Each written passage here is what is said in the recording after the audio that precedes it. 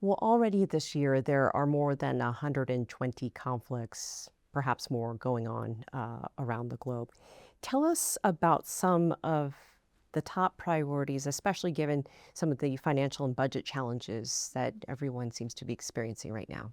Yeah, absolutely. I mean, what we've seen, of course, across many years now is this market rise in the number of conflicts globally. The ICRC, the International Committee of the Red Cross, being an actor that is principally focused on working in conflict, both in a very direct way, rendering assistance on the ground, but also in our dialogue with the parties to conflict. We feel stretched just as any other humanitarian actor would feel stretched right now with the rising needs, but we're absolutely doubling down and committing to lean in as we need to step up our efforts, especially in emergency response, where intensity is rising and the needs therefore as well. Tell us more about the ICRC humanitarian outlook for 2026. What are some of the key points there? Well, as I said, first it's that stretch, how to manage that as part of the humanitarian community and with the very distinctive role that the International Committee of the Red Cross plays.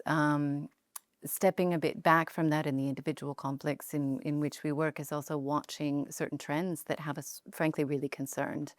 Apart from scale, then you also have what we consider to be a real rise in brutality of how wars are fought and the toll that is taken on civilian lives. I mean, you can read, people read the UN statistics that are put out. For example, you cited 120, we would say 130 even by now, conflicts around the world. UN cites a 40% rise in the number of civilian casualties in just 1 year. It's really staggering. And when you see that, but when you also underlay it with what we see as certain trends around dehumanization, and so really this othering of the enemy, which is so difficult to come back from, when we see also the the turning away from limits of war and the questioning of this really poses more fundamental questions for humanity, not to mention humanitarian workers themselves being targeted increasingly. And you hear and read some of these stories. It's hard to believe that these things still happen and happening as we speak. Well, we would definitely be surprised about that. We should be surprised, and we should be doing everything we can to turn that trend around. Of course, for the International Committee of the Red Cross being at the origins of the Geneva Conventions, which are the laws which do govern the way wars are fought and aim to protect people from the worst horrors of war. These conventions are universally agreed by all states. Um, and and you would hope that these limits that are set are observed in reality on the ground in conflicts. What we're seeing on a more positive, if we can try to turn that positive, is that states are leaning in at this moment and recognizing that the trends and the slide of contact is something that they can't accept, and states leaning in very specific ways to turn that around. Because there's this initiative, if I can get you to tell us a little bit more about that. It's the global initiative to galvanize political commitment to international humanitarian law, something that was put into place a few years ago, but culminating this year. Exactly, right.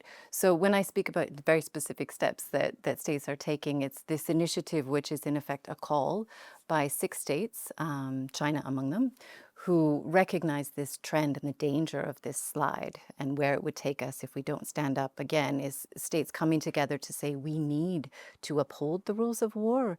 We need to have this commitment be taken at a political level to prevent violations from happening in the first place, but to bring peace back. When it has fallen away. And so these 6 states have come together and called upon all world leaders and all states to join that effort. Today, we have about just over a year after the initiative was launched, 100 states joining that call formally.